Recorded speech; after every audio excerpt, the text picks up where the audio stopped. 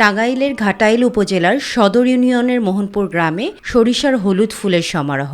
এই ফুল থেকেই মধু সংগ্রহে ব্যস্ত দেশের বিভিন্ন জেলার মৌচাষীরা। বর্তমানে স্থানীয়ভাবে 4 থেকে 5 জন মৌচাষী সরাসরি এই পেশার সঙ্গে যুক্ত থাকলেও সরিষা মৌসুম এলেই দেশের বিভিন্ন জেলা থেকে প্রতি বছর অভিজ্ঞ মৌচাষী এখানে অস্থায়ীভাবে মৌবক্স স্থাপন করেন।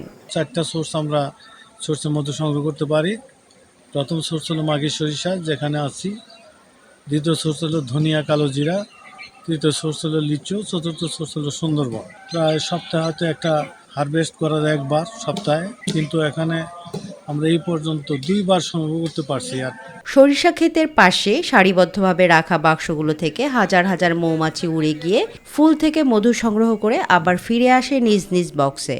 বর্তমানে প্রতি কেজি মধু বিক্রি হচ্ছে 400 থেকে 600 টাকা দরে। তাই সরিষা ফুল থেকে প্রাকৃতিকভাবে ভালো মধুই তৈরি করছে মৌমাছিরা। যদিও দুর্যোগের কারণে খুব একটা মধু সংগ্রহ করতে পারে না, এরপরও দেখতেছি ভালো মধুর জন্য অনেক দূর দূরান্ত থেকে মানুষ আসে এবং সংগ্রহ করে।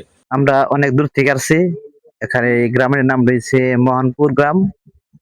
এখানে মধুর অনেকগুলা চাক বসাইছে। শুনলাম যে এখানে মধুগুলো খুব সুস্বাদু। কৃষি বিভাগ বলছে মৌচাষ শুধু মধু উৎপাদনেই নয়, ফসলের ফলন বাড়াতেও গুরুত্বপূর্ণ ভূমিকা রাখছে। ঘাটাইল উপজেলায় এবছর 4,600 হেক্টর জমিতে সরিষার আবাদ হয়েছে। এবছর আমাদের ঘাটাইল উপজেলায় 850টি মৌ বক্স বসেছে। এ পর্যন্ত 2 টনের উপর মধু হারভেস্ট হয়েছে। আমরা চাষিদের মুখে যেটা শুনলাম, 4.5 টনের মতো তাদের আহরণ করার জন্য তারা আশাবাদী, এবং মধুর দামও বেশ ভালো। চলতি মৌসুমে ঘাটাইল উপজেলার প্রায় 4,600 হেক্টর জমিতে সরিষা আবাদ হয়েছে। ফলন ভালো হওয়ায় উপজেলার বিভিন্ন এলাকায় মধু আহরণও হচ্ছে আশানুরূপ। তামান্না সাদিকা, মাই টিভি নিউজ ডেস্ক।